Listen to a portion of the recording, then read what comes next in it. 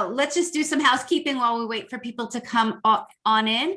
I'm Debbie Schwartz. The founder of Road to College and the Paying for College 101 group. And I'm here tonight with Bethany Goldzer. She's a private college counselor, and she'll tell you about her background too. And her company is called Stand Up College Prep.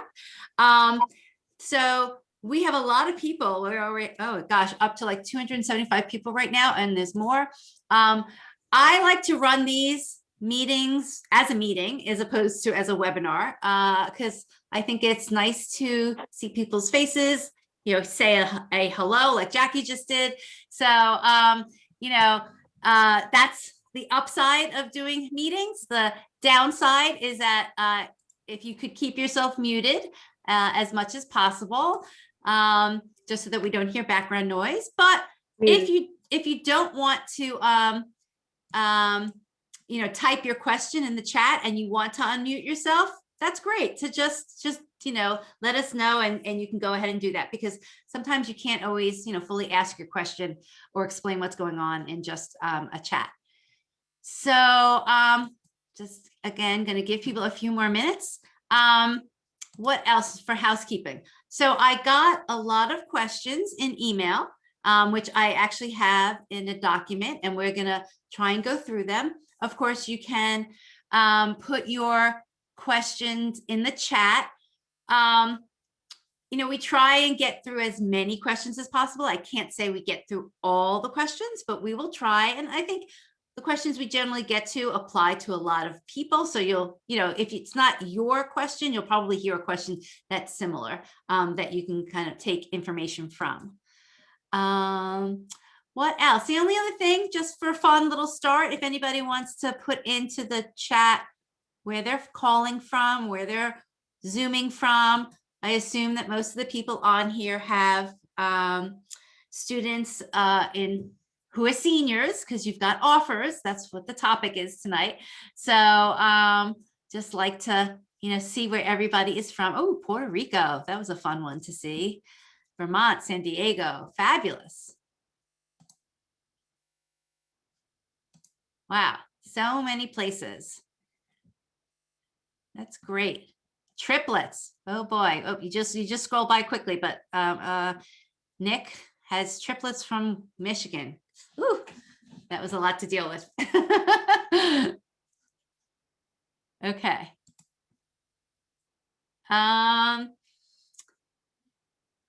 So I'm going to turn it over to Bethany. Bethany's, you know, so let me say one last thing. We did a similar presentation, I don't know, probably about 2 weeks ago. It was a Facebook Live. What we're going to talk about tonight isn't that different. Maybe we've added a little bit more to it. But I have a feeling that most of the people on tonight probably didn't watch it when it was a Facebook Live, which is fine, because that's why we're doing this a few times, because your students are getting in your offers, and you know, you might not have even had offers a few weeks ago. So we'll actually probably do this one more time again to kind of hit all the people at the timing of when they get their offers. And I think that's it. The only other thing I want to say, and this is is that tonight's presentation and some other tools and presentations I'm doing this year are actually sponsored. I really like those in the bathroom. Let's mute. Is actually sponsored by a company called College Ave Student Loans, and you may or may not be familiar with them. I've done a lot of work with them over the past few years. They've been a great partner. You know, they do offer private student loans. Some people need private student loans and some people do not. So it depends where you are in the journey. That honestly will be the next phase after the acceptances, is figuring out people's, you know, financing and whether or not they will just be able to do everything with federal funds, or they need to look at private student loans. But when we get to that point, College Ave has been a great partner. They've really spent a lot of time creating and trying to help take the stress out of paying for college, because they have a private student loan that they try and make fit for everybody's budget and everybody's goals. So they have a loan product that's very flexible. And they have spent a lot of effort, which actually they're one of the main reasons, there's a lot of reasons, but one of the reasons that I do enjoy working with them is that they understand the value of educating people, not just about their product, but about like the whole process, and particularly about loans, which is another unfortunately confusing, piece of this process. So I just wanted to say thank you to College Ave Student Loans. I'm also going to put a link in the chat because they are also sponsoring a special sweepstakes for the next few months to help. Then the winners will get their costs of their textbooks covered. So I will put that in the chat for anybody who wants to enter into the sweepstakes. Okay, so with that, I am going to hand it off to Bethany. I'm going to be looking at the chat. I might interrupt Bethany here and there to ask her some questions that I'm seeing, but I'm gonna let Bethany go from here, and I appreciate that she's involved and sharing all of her knowledge. So here you go. Thank you, Debbie, and Road to College. I keep saying good afternoon, good evening, parents. I'm just so excited to see so many of you here late on a Tuesday night to talk about financial aid and finances, which is not my favorite, well, it's my favorite topic to talk about, but I know it's not your favorite topic to talk about, but I do appreciate you taking the time to come out and hear how you can go about appealing your financial aid offers. So a little bit about me before I jump into the content. I might look younger than I am, but I've been out of college for about 20 years, and I've been working on college counseling for the last 15 years now, and I've served over 1,000 students and parents. And my background is in teaching. I started running a college counseling program out of my classroom when I taught seniors in the Bronx. And then from there, I went on to run one of the largest college access programs in New York City. We served about 2,500 people every year. And because I work with a lot of disadvantaged students, I had to go really deep into financial aid, into coming up with creative ways to get colleges to give them enough money. And when I started my own company, I realized that a lot of middle income families had the same issues with figuring out how to make the pieces work so that they can send their kids to college. So I've been doing this on my own. I've been working, I work out of Long Island, New York, really helping families in this area make the numbers work. And a lot of that is centered on appeals. And so I'm going to show you, speak to you today about what I have learned, what I have done with the families that I work with in this journey to be able to pay for college. So just bear with me. I'm going to share my screen so we can get into the presentation.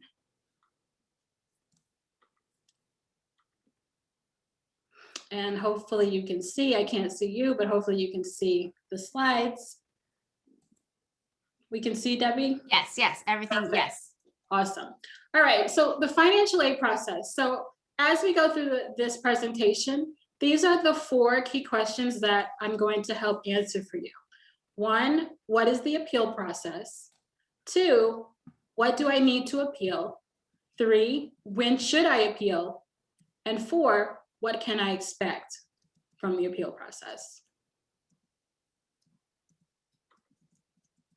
So just to give you a working definition of what the financial aid process, what the financial aid appeal process is it steps to having your financial situation or academic record reevaluated so that your student can be considered for additional merit or need-based aid. So you might have received some offers already and you haven't really done anything with them, and you may be asking yourself, should I appeal? So I would say yes, if you believe that you've been given a lowball first offer. If as offers are coming in, you're seeing a better offer from other schools. If you believe that there may be some errors on your FAFSA or CSS profile, or if you may have a special circumstance. So we're living in a pandemic, and some special circumstances can be a loss of income. It could be divorce, it could be death, it could be a serious illness. It could be anything that has impacted your financial situation, whereas what you reported in 2019 isn't your 2021 reality, and you need to sort of see if an adjustment can be made based on what the real financial situation is.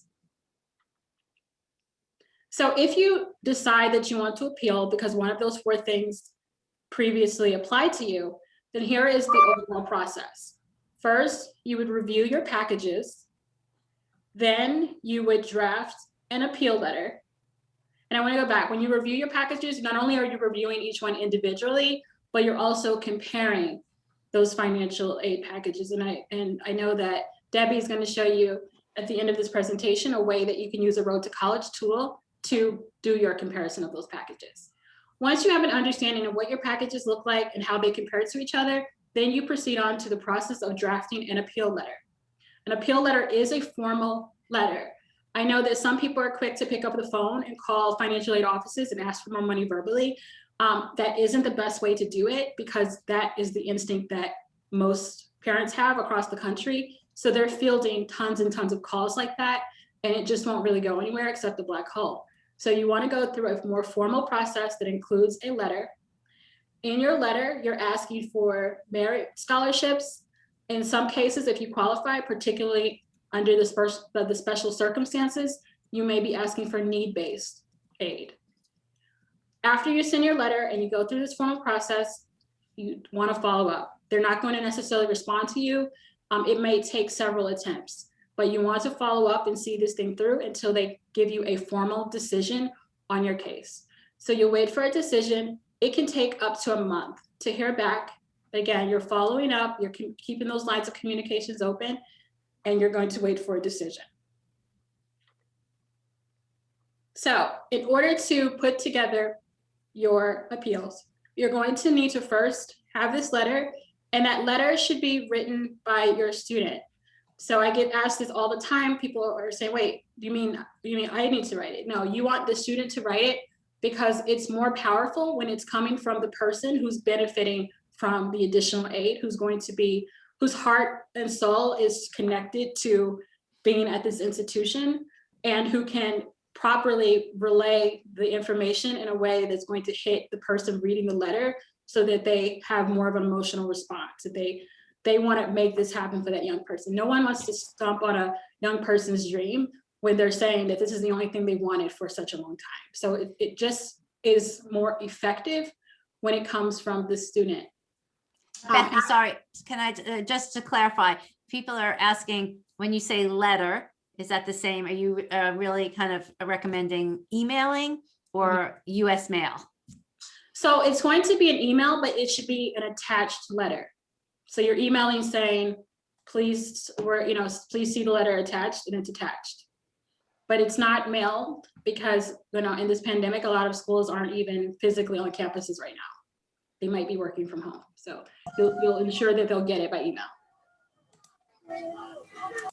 Sometimes they also have an online portal where you can upload these letters.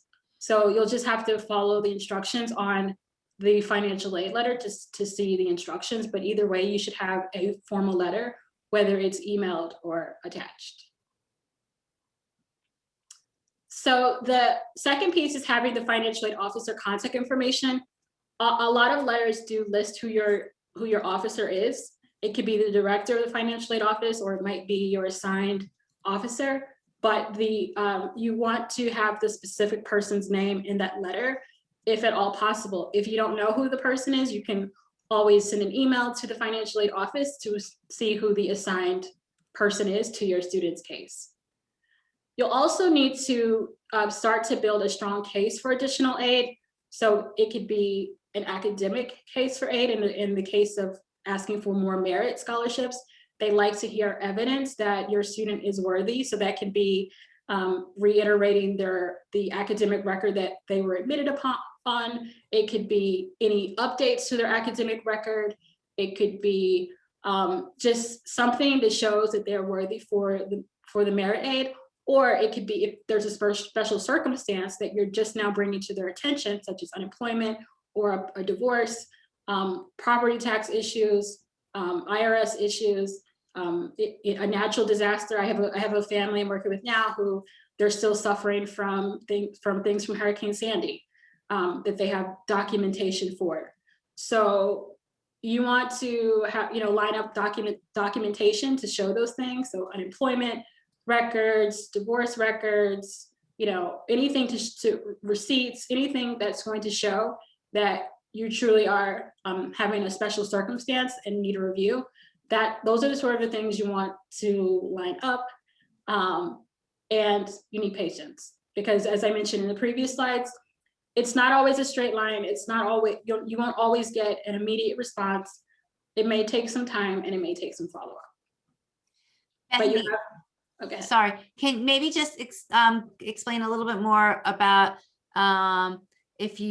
when to contact actual financial aid office or when to contact admissions? Okay. I think I have a slide for that added. Okay, that's fine. Yeah. Okay, yeah, here it is. So when should I appeal? So you don't want to wait. You want to start as soon as you have offers. So the reason is because it's good to kind of start shopping around to get the highest offer. So if you have schools that are sort of lower on the list, you want to see if you can get them up as high as you can, because that's going to help you when you want to shop to your top choice schools. So was that the question they were asking about, is when they should get started? Debbie? Well, that was a question, but the other was, when to send your letter or email to the financial aid office, depending on what circumstances, versus when to send your appeal to the admissions office. Okay, so when it's well, you should always send it through the financial aid office, whether it's merit or whether it's need-based. But you should also, if you want an additional merit review, you can send a copy of it to the admissions department, but everything should flow through the financial aid. And the financial aid, usually what they do, if you are to be considered for additional merit, is that they will consult with admissions to see if they looked at your application and considered it for any merit offers. And they will work with them to see if there can be an additional review. And sometimes what causes that additional review is that students have declined, and that's opened up some more merit aid. So you can run it through both, but you should always run it through financial aid. And how about, and I know we talked about this the other day, how about give a little bit more background about why somebody should start early to send in their appeals, even if they may not have heard from all their other schools? Okay, it's really because it takes a long time to hear back. And so, what are you doing right now? You're just waiting. It's a waiting game. But if you already have offers in front of you, it doesn't hurt to get started now, because by the time you hear from other schools, which, it's looking like it's not going to be until the first week of April to hear from most of the regular decision schools, you have all this time that you can be using to negotiate up to higher offers, so that when your top choice schools do come back with an offer, you have your highest offer from some of those earlier schools. So it's a little bit of like a stacking game, kind of, It's a game. You're literally shopping. You're shopping around for the best offer. And the savviest people do this, and they get unbelievable financial aid packages, even when they have really high EFCs, as high as $80,000 and $90,000. They are shopping around their students, because once you get that high offer, your student has been validated to be a valuable student worth paying for, regardless of what FAFSA says your ability to pay is.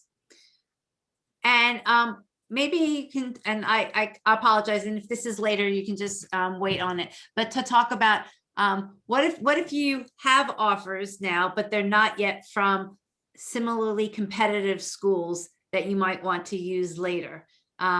Should you still be appealing to get, back some different offers? So I guess it's the whole question about which offers to use against which schools. Like, do they have to be, a similar type of school? Yeah, they should be. That's the ideal situation, though. I don't think you have anything to lose by trying your luck and asking for schools that are not apples to apples. So, it's best to appeal schools that a private school against a private school, and the private schools should be similarly priced. So University of Tampa is not the same cost as University of Miami.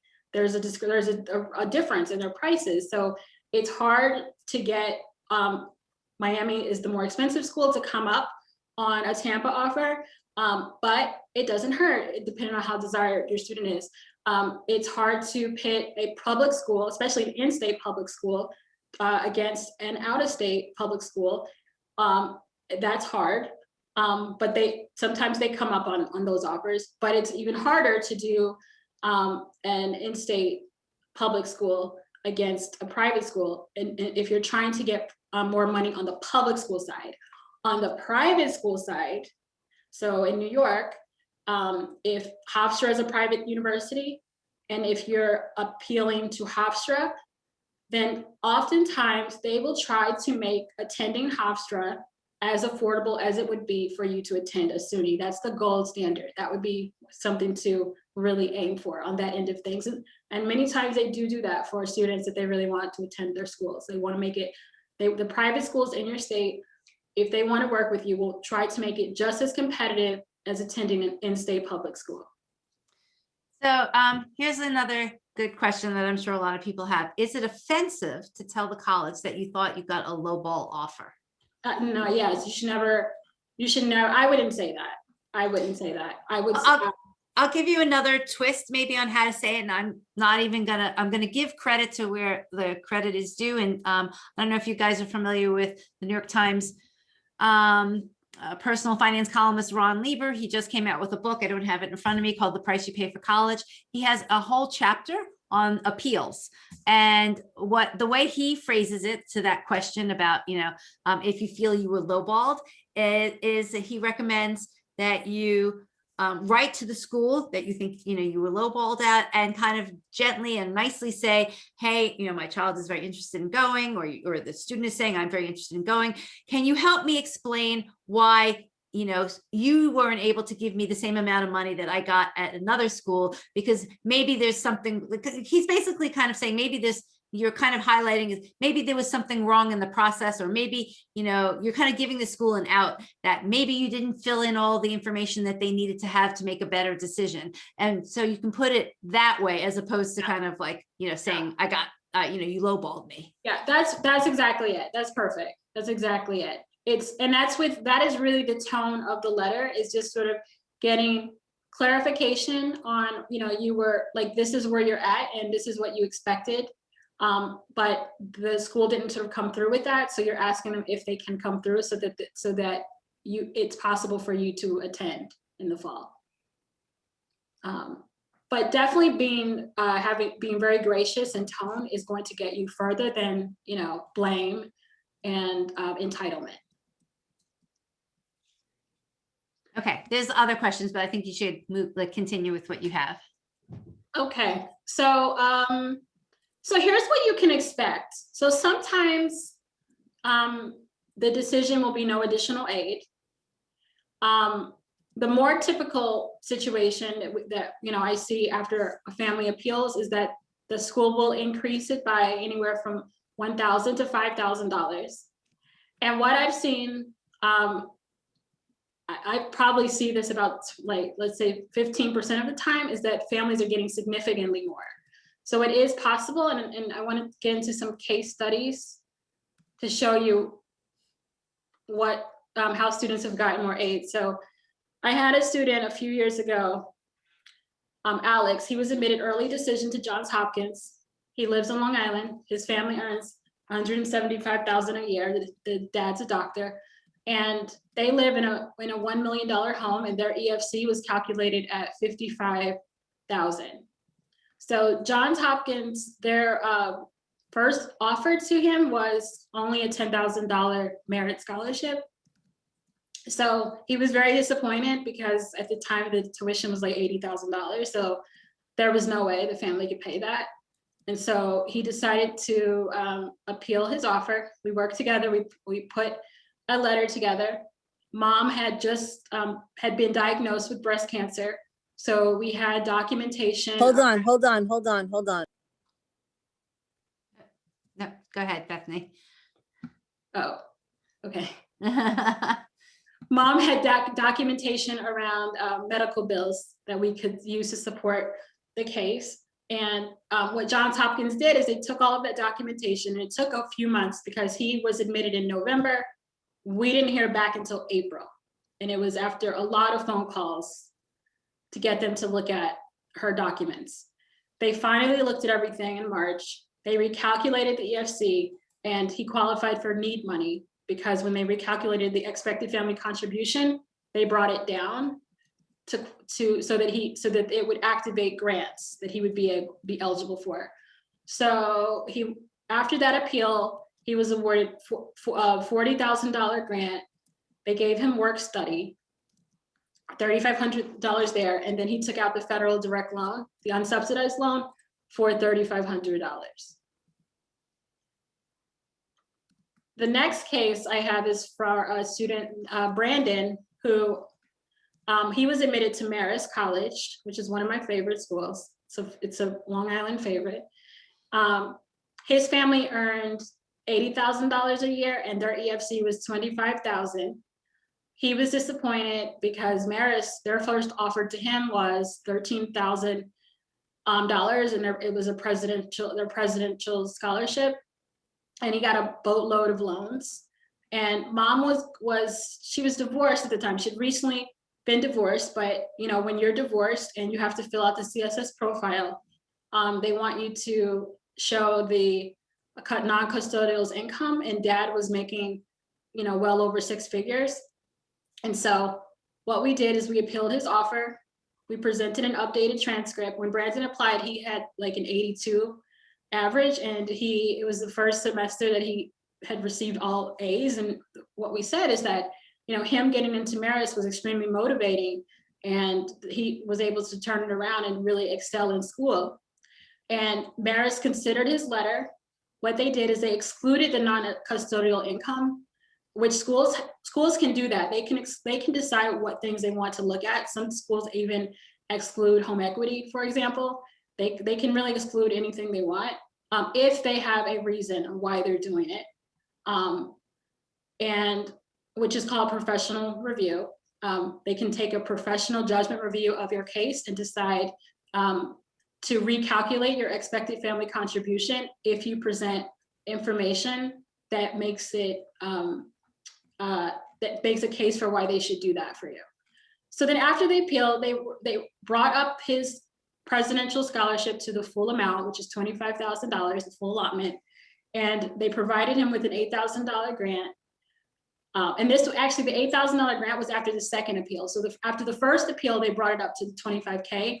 We had to appeal it a second time, and then that's when they added the $8,000 grant, and that was only triggered when they excluded the non-custodial income. The merit scholarship increase was connected to his updated transcript.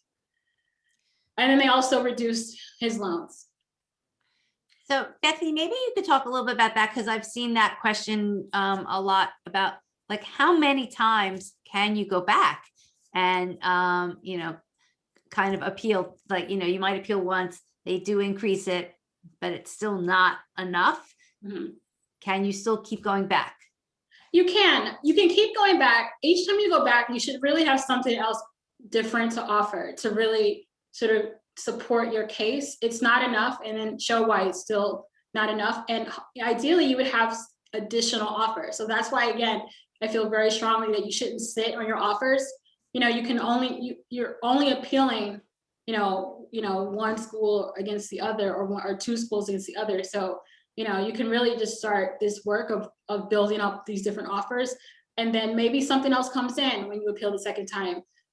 Maybe there's more information that makes your student a stronger case. But the other thing that's going to happen is that students are deciding as this.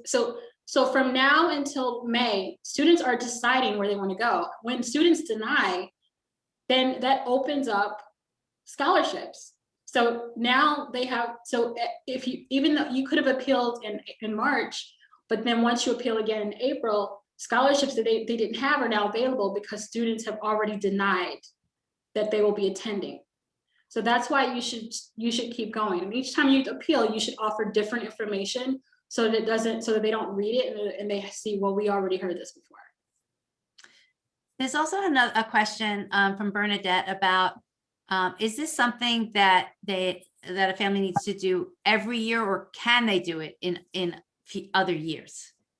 Or is it only something you do in freshman year? Do it every year. You might not have to do it every year. Some schools are sort of locking things in for 4 years. I'm seeing that more than I've ever seen it before. And maybe it's because they want to cut down on the paperwork before the student. So for the student at Johns Hopkins, he just graduated. Now he's at dental school, veterinarian school at Cornell. He had to appeal every year. Every year he had to present the information because they just wanted to see that there was still a special circumstance. So it really depends on the school. Here's what I suggest that you do. If you are a person that appeals and you are a person that a family where they came up on your award significantly, your students should create a very special relationship with the financial aid officer. And they should be communicating with this person early on. They should be updating them on the situation. They should be identifying merit scholarship opportunities that they may qualify for as an upperclassman. Students have more of a vested interest as students go along, that they maintain enrollment and that they don't drop out because of finances. And so as long as your student sort of stays sort of lockstep with financial aid, if finances is something that you're concerned about, then they usually will renew the offer. Another question that has come up a lot, and I'm seeing it here now again, is what if your students already accepted so you've told them that you're going to come? Can you still appeal? And for those who haven't accepted yet, like, what advice would you give at what point to accept? I've had schools come up after the student accepted. So I mean, in the Johns Hopkins case, the student did accept, and they worked with him to come up. And then I had recently a student at University of Miami who accepted, and the school still came up significantly. So they will come up if there's a significant enough circumstance. If you have no special circumstance and you're relying on the merit scholarship play, then I would advise you not to accept, because that's going to be harder for you to get them to come up on that. But on need base, yeah. And maybe talk a little bit, and I think we're seeing it even more this year, about the pressure that colleges are in their own different ways putting on students to accept, whether it's saying, you need to give in the housing deposit, and people aren't sure if by doing the housing deposit, does that mean that I'm also, saying that my student's gonna, definitely go to the school, or they're kind of like throwing out other things and saying, you need to accept in the next 2 weeks. Is that valid? A lot of times it's not. I mean, I think that what's generally accepted is that you have until May the 1st to accept. So I think you should first clarify with the college to see if that's the true, if that is the true commit by date, or if that is sort of, if it's negotiable. The housing deposit thing is, that's really not real. The housing residential services is not connected to the Office of Admissions. So, and also you don't really have to worry about not getting access to priority housing, because they don't usually make housing decisions until May, because they're still waiting on regular decision students before they can even make those matches. So it's usually just a scare tactic is sort of what I see, because they need to be able to plan yield. So if you are committing to your housing, then they have almost a sure bet that you're going to attend. I don't think it affects your appeals, but a lot of time, if it's refundable, then, and if it makes you feel better at night, then you can do it. But I don't think you have to really fall for that. You generally have until May the 1st to make a decision, and you should take all of that time, because if financing college is important to you, then you need these next 3 months to get your best offers and shop around. It can be the difference between several $1,000s, and over the course of 4 years, that's significant.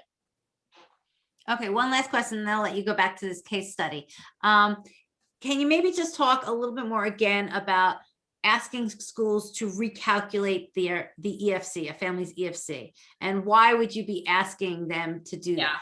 All right, so when you would do that is when you are getting into the special circumstances terrain. So again, special circumstances, you have a special circumstances when your financial picture that you reported in your FAFSA, when you're looking at those numbers, aren't really the same anymore because something happened. So it could be someone in the household is unemployed.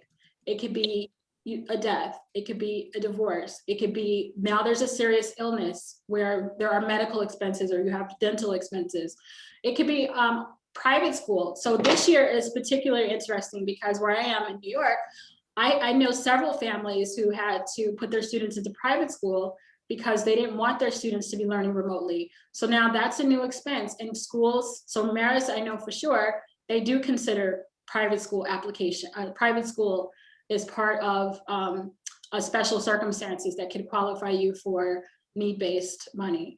So you want to just look at your situation, assess, okay, are our finances different? Significantly different, like a clear decline. And if you have a special circumstance, you bring this up to the school and you ask for a professional judgment review.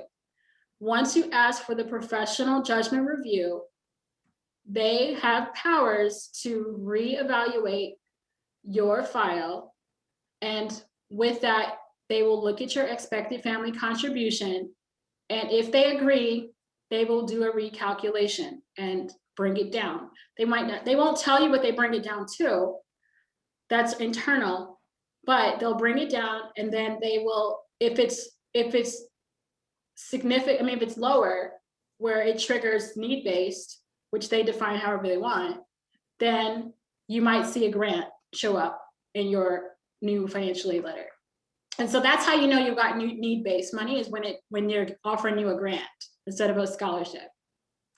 So I'm just going to emphasize what Bethany is saying. She's kind of describing the latitude that financial aid offices have if they decide to do, a professional judgment on your case. And this is actually something that, the federal government gives them this right to recalculate your ERC or make adjustments that might not be reflected in the normal calculation.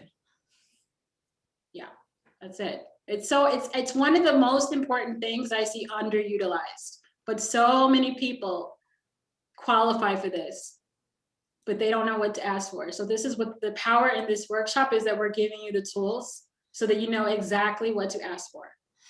So let me just throw out like a few examples that people are putting in the chat about, like, would this be like a change to my financial circumstances? Somebody's saying, well, what if their college grad moved home and so their expenses increased relative to, when they shared all the information, with the college before?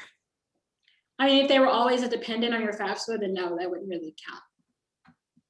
If they were not a dependent and now they were living alone. So here's what I see. I see adults like my age moving back with their parents, and now they're becoming dependents that you didn't have. So if it's a dependency change, then yes, that can have an impact. But if it's not, then no, that wouldn't really count. Okay, I see this question a lot too about if a family sells a house, and so they kind of have that, and hopefully in the future, if anybody's going to sell a house, we'll have a conversation so the timing of when and when not to. But let's say you didn't know that, and you sold your house, and so now you have that profit from that sale, which is an unusual, like a one-time event, and you might actually even need that money to go buy another house. Yeah, you can present that. You can present that to them. A lot of times what they do with things like that, they'll say, well, we'll just see when you file the FAFSA next year, that's when it will show up and it will adjust it. It's not the special circumstances that you kind of benefit from. It's the ones where you're going to get this need-based recalculation is ones where your household income took a ding, your assets took a ding. So that's really where they're going to activate that for you. If it's one-time things, if it's, I got a bonus last year in 2019 and then we didn't get that bonus, they'll tell you it's going to show up in 2 years when you file again. Okay, I've got a lot more, but I think, why don't you get back to this case study? So this one's pending, but this one, it made me really excited because this is an out-of-state public school. So this is a student working with Chelsea. She was admitted into the University of Arizona.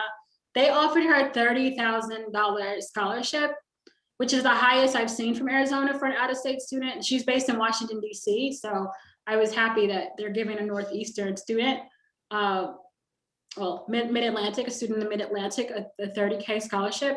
But she doesn't want to go to Arizona. She wants to attend the University of Miami, who also admitted her. So, but Miami only gave her $12,000. So mom asked, what should we do? I don't want them to do nothing. I want them to draft an appeal letter. And so that's what she did. She drafted an appeal letter. And in the letter, she's asking Miami to match Arizona's offer. She's making it seem like she really, well, that she doesn't want to go to Arizona. She's telling them that, but she's telling them that unfortunately she might have to go to Arizona unless they come up to this offer to be able to compete. Because also on top of this offer, if you go to school in Washington, D.C., you also get an additional $10,000 off the in-state tuition in any state in the country. So she's really getting $40,000 to go to University of Arizona, which is going to cost her family $8,000 to go there. That's a wonderful deal. That's what she's going to present to Miami. And so the purpose of that is that they're shopping around. They're using this really high offer and that benefit of getting in-state tuition to any school in the country. They're using the public school, and they're as leverage with Miami. So we haven't heard yet. This is just what we put together, but these are the things that you should be thinking about. You should be thinking about what are the offers that you have now, and how can you be shopping them around to bring up the offers to the schools that your students really want to go to. That's the strongest leverage point you have. If you are, especially if you're going the merit-based route, that is really your leverage right there.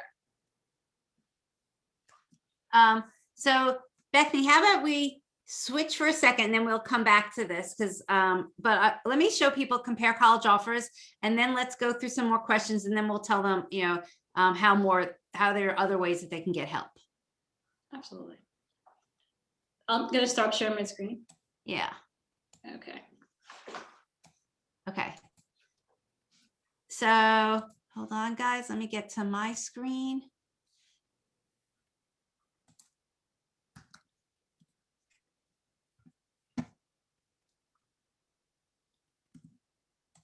Okay, so I just want to show you a tool that we have on the Road to College website. This is actually the third year that we've had it, although each year it's gotten a little better in terms of our ability to capture the information.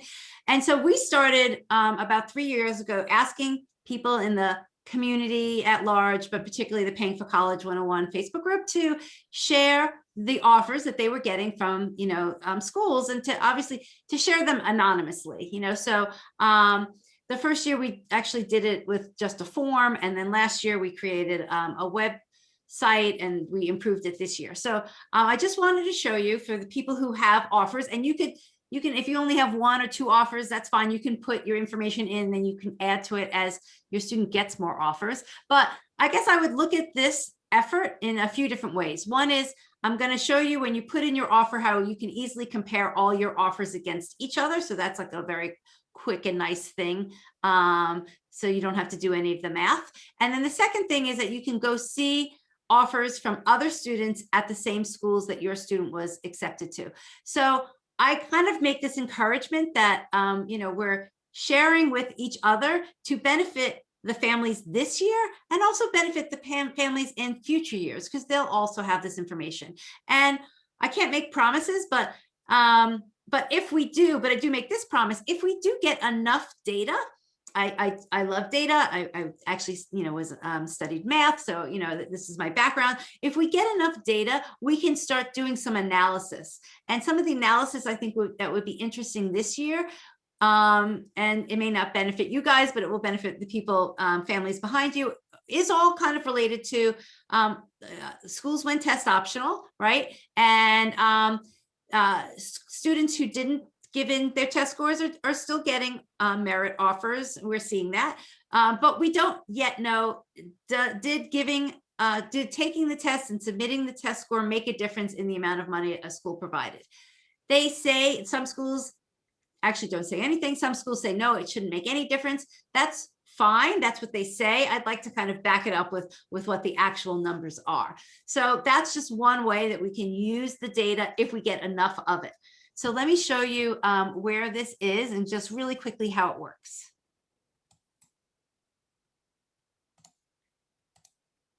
Okay, so this is just the straight paying for college.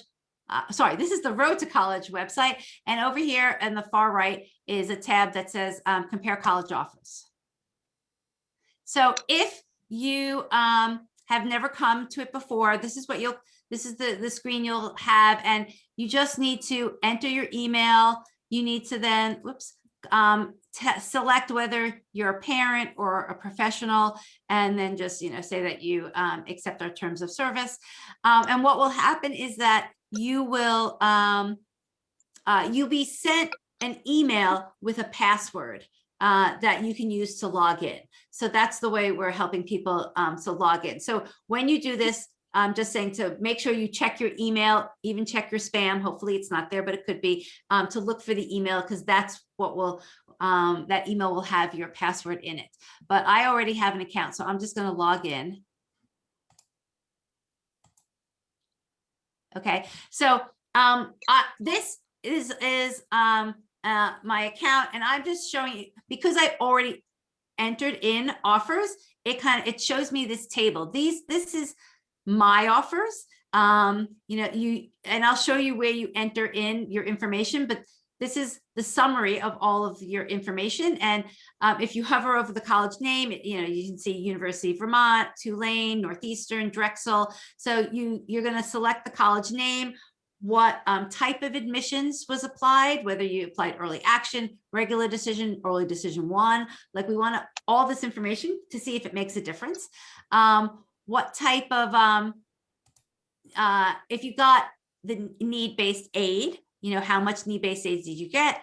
If you got merit scholarships, how much did you get? Hopefully, we just put in this column about renewable. A lot of merit scholarship is renewable, but we want people to double check. And some people just don't even realize, what the criteria is to get that merit scholarship renewed. So we're just kind of probing people to check that information.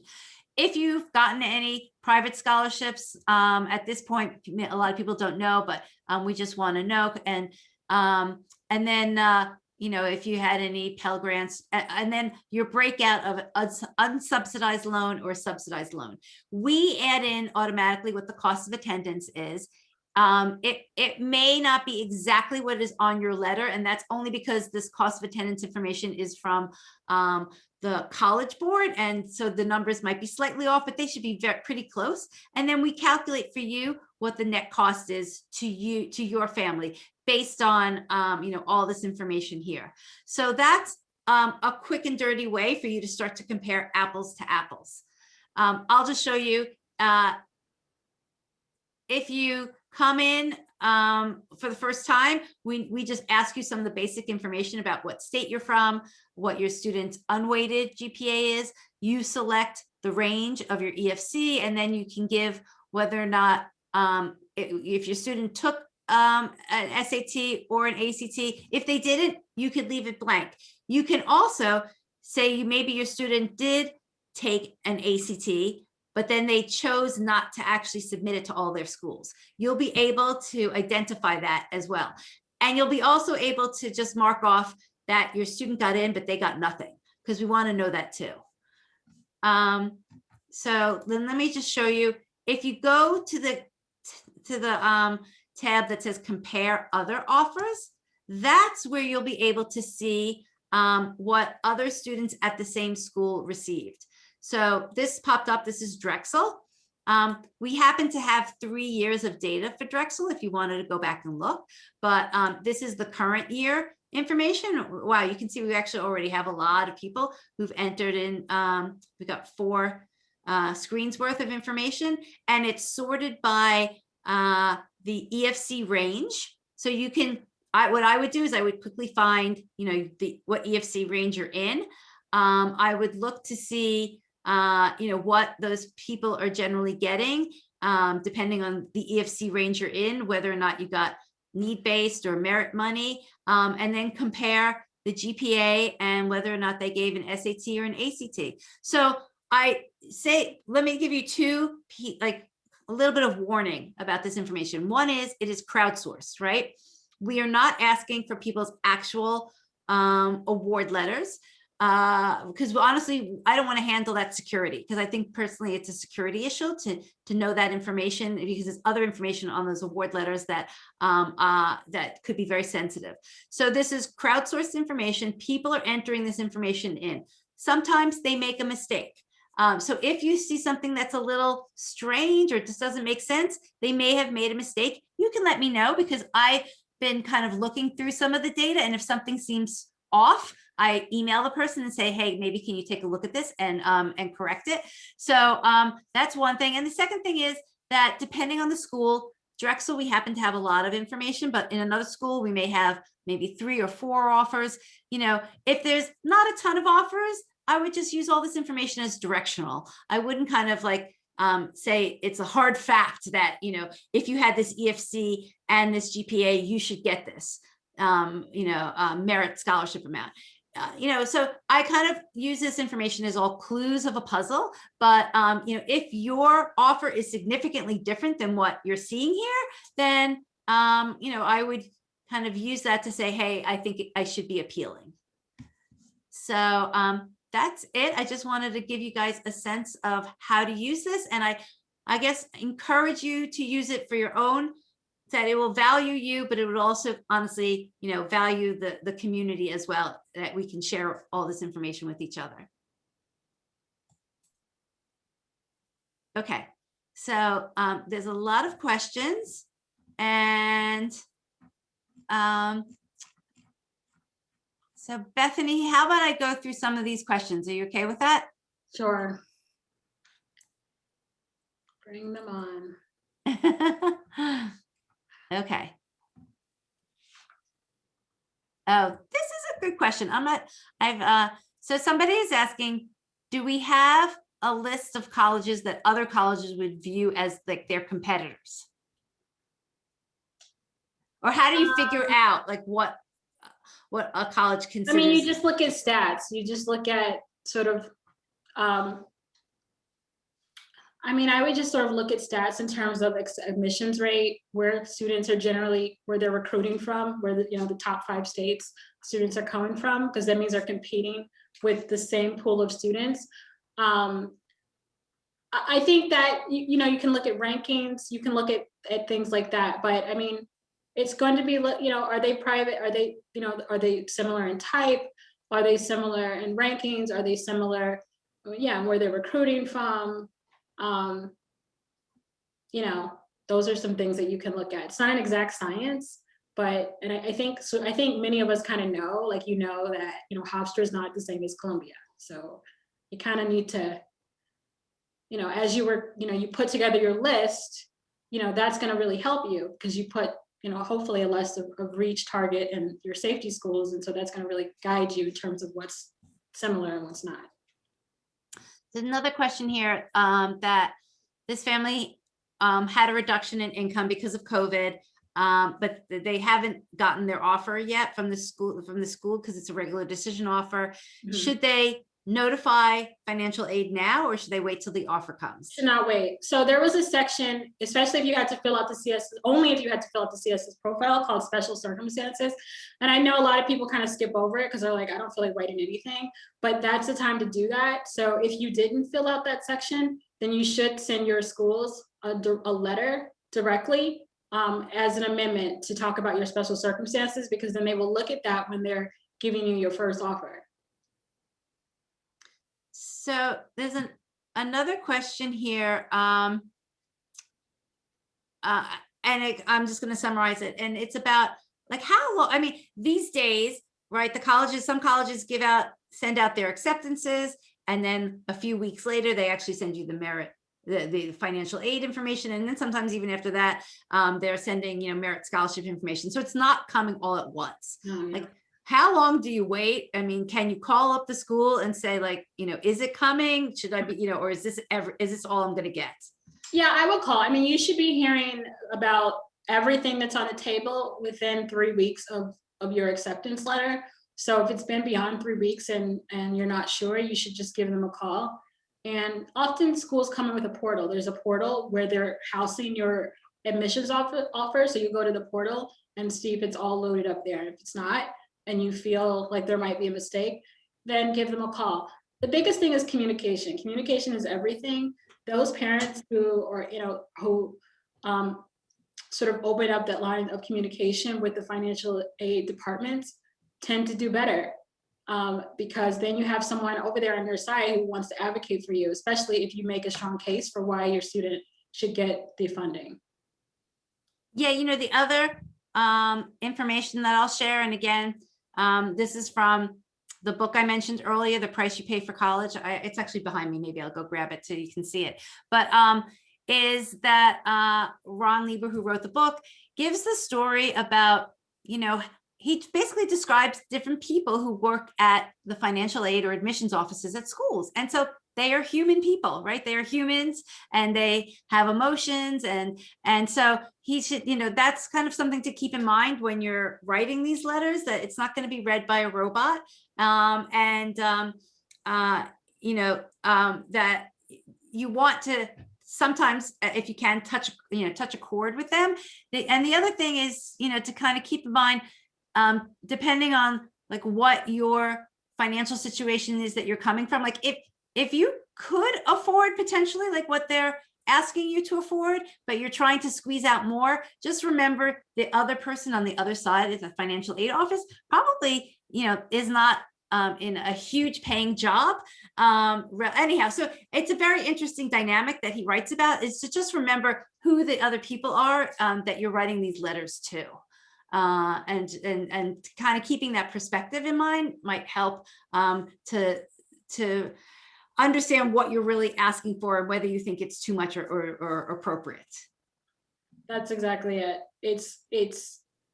I mean, really being humility and being gracious will get you much further than being entitled and mean. So just, not that any of you are mean, but people are upset when I get it. You're very upset sometimes when you see these letters, but just, to Debbie's point, via the book, just kind of really keep that in mind to get you much further with these officers. Let's see. Oh, another good question. Do you have to be ready to commit to the school if you're asking them for the appeal? And what if they, kind of, they give you what you're asking for? Do you feel like you need to commit? I love this question. Okay, so if you asked me this question 2 years ago, I would say yes. But this year, with everything that's happening, and because we all know that colleges are the devil, I mean, they're businesses, right? So they're businesses, they're big businesses.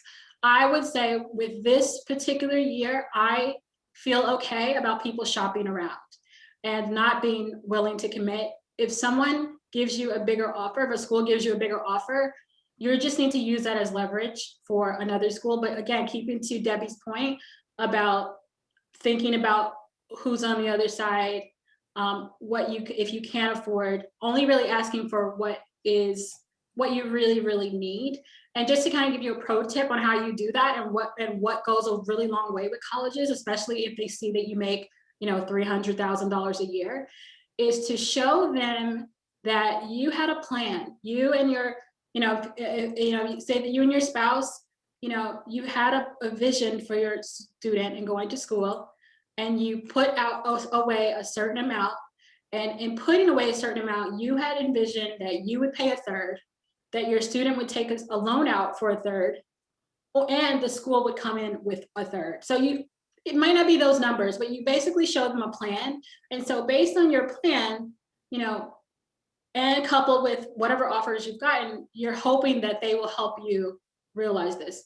I have found that goes a long way because it shows that you know that you'll have to pay something, and you're giving them an amount that's realistic and it's not hard for them to come up with. I saw some of the numbers in the Compare College tool for Drexel that they gave a student with an EFC of 25,000 a $37,000 scholarship. That's very significant for Drexel.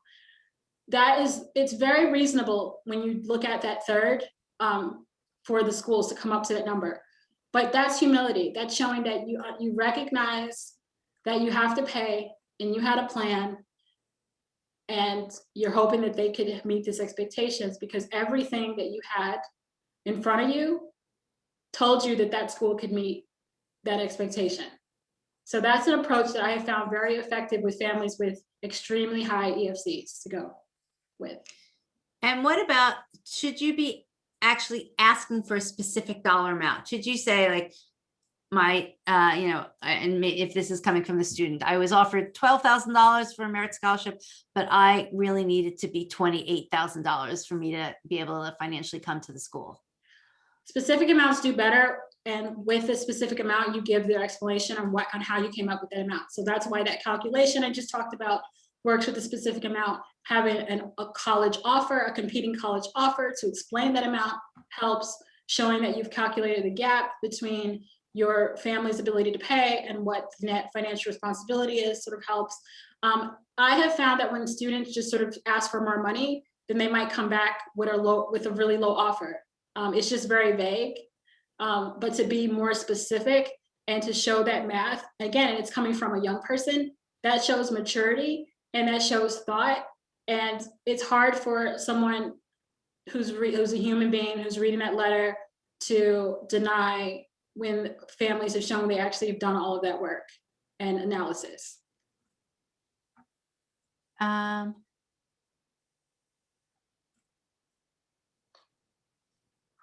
me see. Okay, let me go. I know several of you have sent me in questions. Let me see if there's anything here. Oh, this is a good one. Bethany, what do you think? Do you think that this person said that the top 50 to 100 schools, let's just say the top 100 schools, do you think that because of everything that's happened this year with COVID and, honestly, decrease in students applying and just, maybe schools being a little bit more concerned about what their enrollment's going to be, do you think they're going to be more willing to negotiate or less because they don't have the money? I think it just depends on the school. We've seen some schools have seen huge increases, like most of the top schools have seen increases, dramatic increases. So, they're really not they're going to have the pick of the litter in terms of students. So with those schools, it's going to be value, showing value. Where you're going to have the most leverage are the schools more in the bottom of the heap, schools that are going to be competing with those schools that the more popular top schools. Honestly, to get the best financial offers, I don't think I would be looking at the top of the list. I'd be looking, more in those schools where they're going to need every single student they could possibly lock down because they're going to have a yield problem. Do you want to explain a tiny bit about yield? Yeah, yield is just, how many students of the students that they've admitted, how many will commit. And also with yield, though, you have to think about diversity is very important in that. And it's not the diversity that we tend to think about around ethnic diversity, although that is important. But geographic diversity is also going to be of high importance to schools because they're trying to shape a class, also what your student is majoring in. All of these are self-assessments that your student will need to do to see what their perceived value is to schools. So that all helps with leverage. The more hyper aware a student is of what value they're bringing to the college campus in terms of diversity, in terms of grades, academic standing, where they are in comparison to other students in the incoming class, what offers they've been given from other schools, all of that shows value that they can use to leverage and show that you want me to be in your students that commit. in order to get me closer to that commitment, this is what, it's going to make that happen for our family, for make us be able to give you that decision. So there was one question that was sent in early, and I think it's fair to address this. Could a student lose their offer if they appeal? I have never seen them lose an offer when they appeal, because schools usually invite you to appeal. It's something that they proactively offer when they give you your financially offer. However, you could lose it if, so I have seen there be deadlines. Like if you, like I've seen this for some scholarships, that you only get the scholarship if you commit by a certain time. I've seen, I feel like I've been using University of Miami a lot, but I've seen a lot of students apply to Miami this year. But they do have that, where if you don't commit by a certain time, you could risk losing the scholarship. And I guess maybe I'll also kind of take that a little further. I mean, if you appeal, is there any risk of losing the acceptance? Oh, no. No, not if you, no, not if you appeal.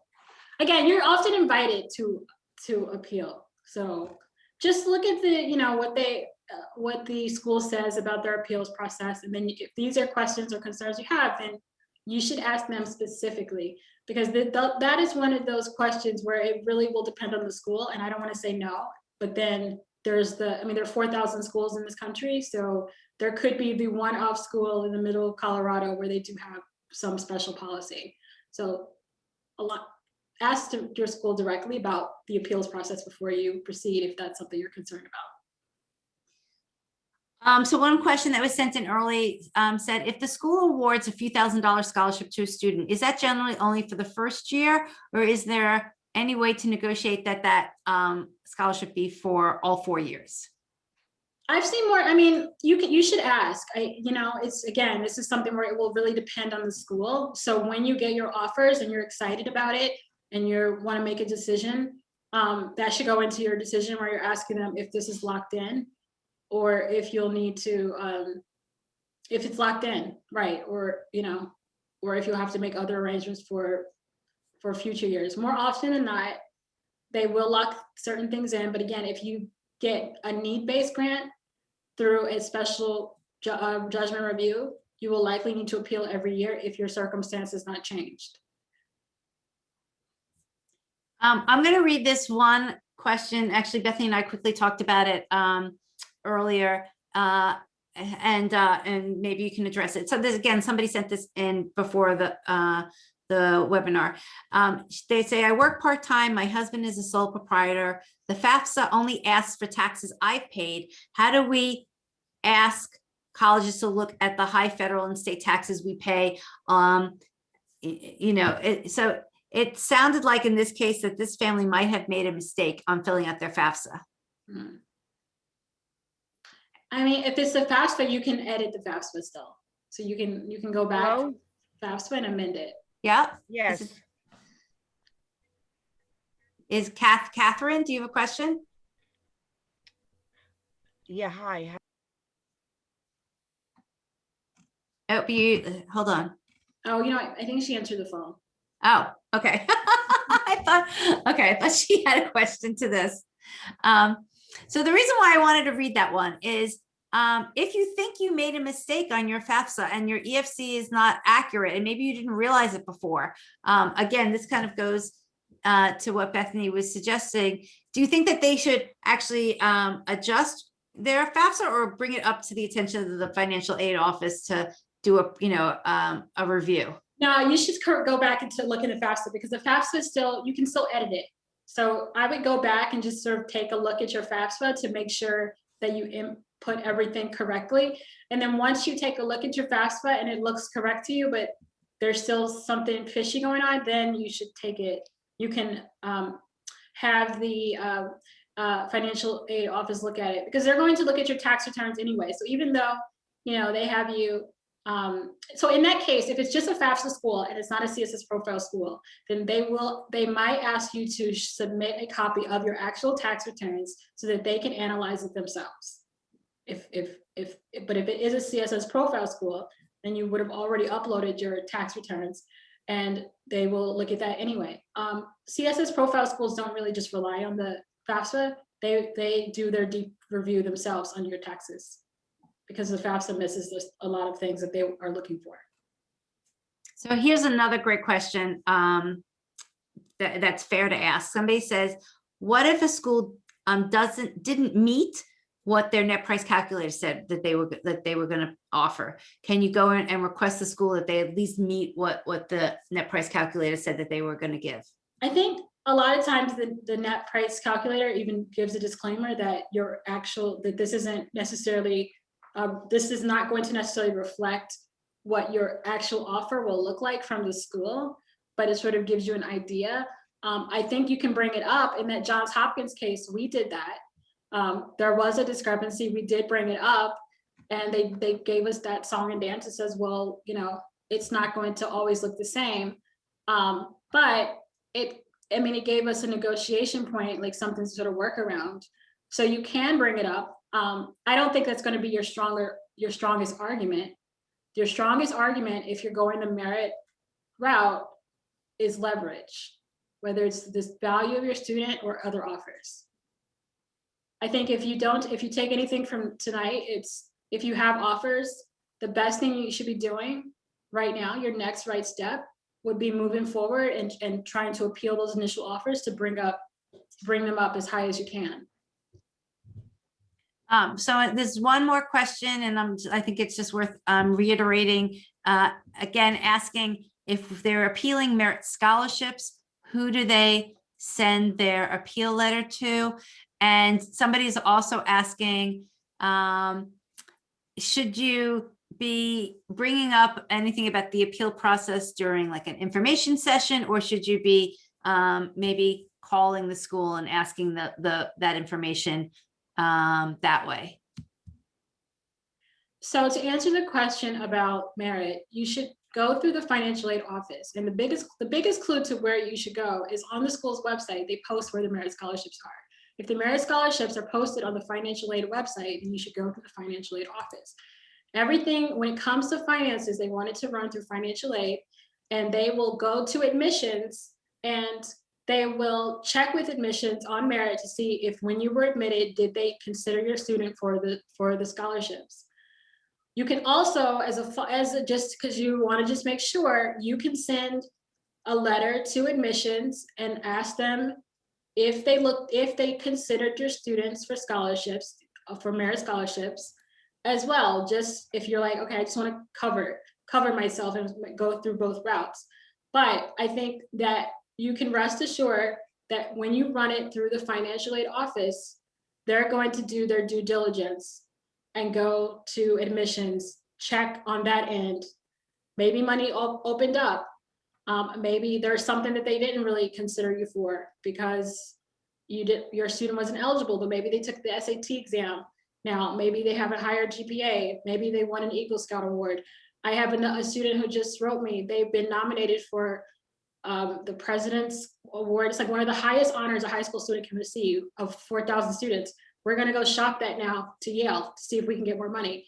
Those are things you can run through admissions, but you can run by admissions to see if you can be reconsidered, but the formal appeals process should run through financial aid, because then they're going to do a lot of that legwork for you as well. So you mentioned, honestly, bringing something to the attention of Yale. There's a question here about what if a student did get accepted to an Ivy school? Can they, and they know that they're not going to get merit from that, but can they use that acceptance against another school just to show, I guess, the caliber of the student? Yeah, it works if you're using, yes, an Ivy League school to a school like another elite school. So like, let's say top 50. Some schools will say we can't really compete with that. We can't, so it really depends. It definitely shows a lot. Here's what you have to be careful with that particular situation is that they need to believe you will really attend their school. So sometimes if they believe that you're just trying to shop around, then they will just deny your offer because they just don't believe you that you're going to actually attend that school. So I really think that it just depends, and you have to be really careful with that. Okay, so I mean, we could probably be on for another hour answering questions. Bethany, do you want to maybe just quickly share that last page? So quite honestly, I think I mentioned at the beginning that this is the second time that Bethany and I did this presentation. And after the last one, we got a lot of questions, good, I mean, and a lot of requests to help people. And that's, that's actually not really the primary reason why we did this. In fact, we didn't even have anything to offer to people. I mean, we did, we could help them one-on-one, but what we wanted to do was come up with something that was a little bit more reasonable to help people if you want like a little bit further help in this process. And so what we came up with is something what we're calling, oh, I realized I didn't even put it on the screen, but it's called like a financial aid letter review and tune-up. So if you're interested in this, you can go to roadtocollege.com/appeal review. And we will send you kind of all these tips and different steps about what you should do to be reviewing your offers and figuring out what type of appeal and how much you should ask for. And then an outline of a letter that you can kind of fill in depending on what your situation is. To give you guidance on how to write the letter. And then you can send that information in with the letter and Bethany will review it. So that's to kind of help anybody who's a little unsure about how they should be appealing and how to write the letter and is this a good enough letter. We wanted to just put together a really quick and easy service that would help you. So that's really the purpose of this. If you want a little bit more guidance, go ahead and do as much as you can on your own. But if you want somebody to look it over, you can send it in. And just know we need about 3 days to review it and get back to you with some suggestions. Yep. And I'll give feedback, and it will be by video. So you'll hear me tell you exactly what you need to do to make that compelling letter that can get your offers up. So I think that's it for tonight. I saw throughout the whole evening the question. This is recorded. You'll get the link tomorrow. And I don't have the date in front of me, but we're going to do this one more time. So it might not be that different, but there might be other questions that come up, or you might be further along in the process about appealing or seeing what happens. So, you can feel free and listen in another time. And I love to hear what happens, if you guys do appeal, like share that information, let me know, but share it to the Paying for College 101 group, like let other people know what happened. It's a nice feeling, but it also kind of encourages other people that maybe were unsure of whether or not they should appeal. If they see that other people are being successful, then they're going to say, hey, I'm going to give it a shot too. Because as we say, your student was accepted. There's really no downside. The downside is getting a no, and you'd be in the same situation as you are today if you never appealed. So at least you gave it a shot. Okay, everyone. It was great to see you. I am sure we will see you again soon. Thank you so much. No problem. Bye. Good night. Yeah. Good night.